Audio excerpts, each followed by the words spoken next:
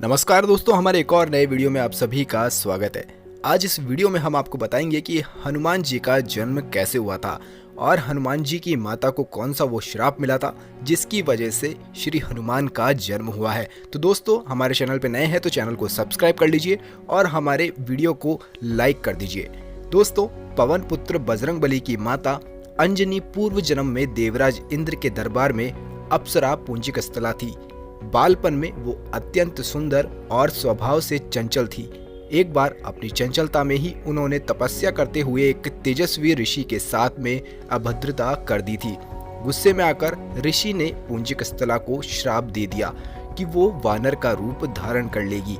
ऋषि के श्राप को सुनकर पुंजिकस्थला ऋषि से क्षमा याचना मांगने लगी। तभी ऋषि ने दया दिखाई और कहा कि तुम्हारा वो रूप भी परम तेजस्वी होगा। तुमसे एक ऐसे पुत्र का जन्म होगा जिसकी कीर्ति और यश से तुम्हारा नाम युगों युगों तक अमर हो जाएगा। इसी तरह अंजनी को वीर पुत्र का आशीर्वाद मिला।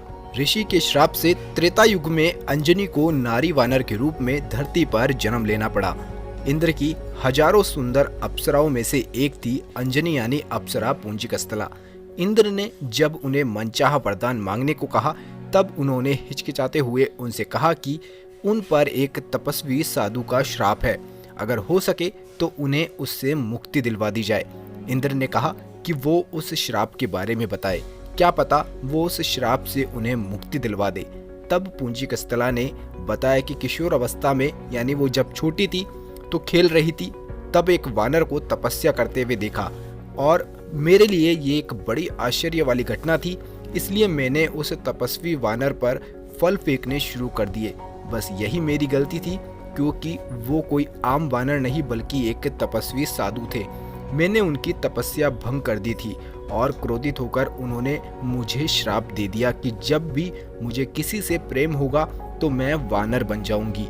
मेरे बहुत गिड़गिड़ाने पर और माफी मांगने पर साधु ने कहा कि मेरा चेहरा वानर होने के बावजूद उस व्यक्ति का प्रेम मेरी तरफ कम नहीं होगा।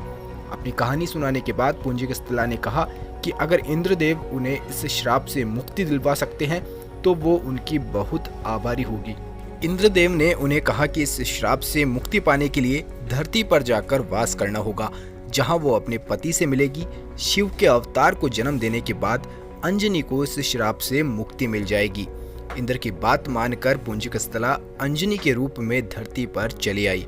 उस श्राप का प्रभाव शिव के अंश को जन्म देने के बाद ही समाप्त होना था। वो एक शिकारन के तौर पर जीवन व्यापन करने लगी। जंगल में उन्होंने एक बड़े बलशाली युवक को शेर से लड़ते हुए देखा और उसके प्रति आकर्षित होने लगी। जैसे ही उस व्यक्ति की नजरें अंजनी पर पड़ी, अंजनी का चेहरा वानर जैसा हो गया। अंजनी जोर जोर से रोने लगी। जब वो युवक उनके पास आया और उनकी पीड़ा का कारण पूछा तो अंजनी ने अपना चेहरा छिपाते हुए उससे बताया है कि वो बदसूरत हो गई है। अंजनी ने उस बलशाली युवक को दूर से देखा था, लेकिन जब उस व्यक्ति को अपने समीप देखा तो उसका चेहरा भी वानर जैसा ही था।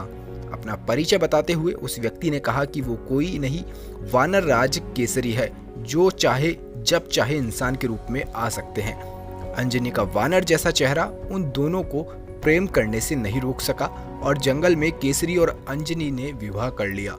केसरी और अंजनी विवाह करने के बाद भी संतान सुख से वंचित थे। अंजनी अपनी इस पीड़ा को लेकर मतंग ऋषि के पास में गई।